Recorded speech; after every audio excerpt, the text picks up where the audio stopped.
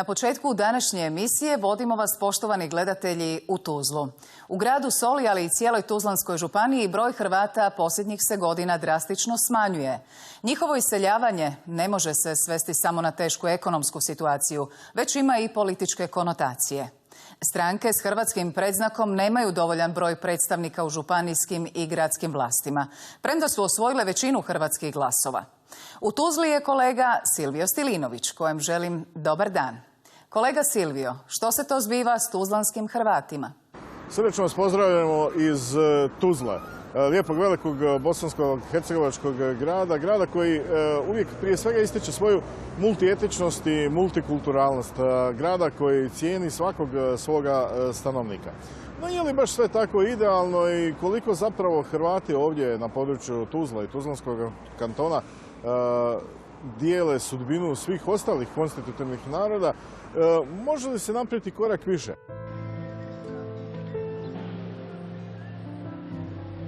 U Tuzlanskom kantonu danas živi samo 10% Hrvata, upola manje nego prije rata u Bosni i Hercegovini.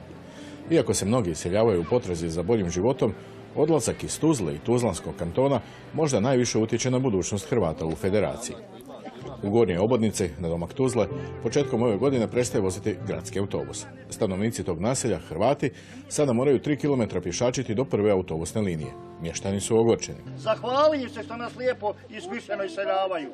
Zahvali im se, vidi što oni rade, dobiše sve živo. Bilo je ovdje možda preko 1000 i nešto stanovnika u Gornjoj Obodnici, a poslije rata i sad u ovo vrijeme možda sumnjam da ima više od 300-350 odlazi. Mladi je, pretežno je mladi narod izašao, otišao. Zbog ovih svih problema možda ćemo i čak i napustiti Bosnu i Hercegovinu. Isto, ne bih rekao da će ostati. Ako bude ovako stanje, znači nema posla, ukidaju stalno neke, znači u 21. vijeku da nemamo prijevoz, mislim, to je baš...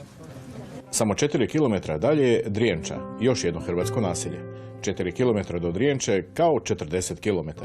Izlokani put kroz šumu koji za prvog snijega postaje neprohodan. No mladi toga sela aplicirali su i dobili pomoć Vlade Republike Hrvatske, barem za 1 km. Mi smo ispred udruge mladi aplicirali više puta hrvatskoj vladi i isto tako smo i ovdje uputili niz dopisa lokalnim vlastima i kantonalnim, čak i do federalnim vlada, međutim svi su se oglušili osim hrvatske vlade. Kako ostati ukoliko nemate osnovne uvjete za život? To je onda veoma teško, ovako nadamo se nečemu bolje. Zapravo, evo, koliko sam čuo, sve više i više mladih zapravo odlazi. Pa da, to je veliki problem kod nas, ali ipak ima nas tu koji želimo ostati i koji želimo graditi budućnost ovdje na našoj domovini. Ova dva problema samo su neki od razloga zašto Hrvati, prije svega mladi, odlaze iz Tuzle i kantona.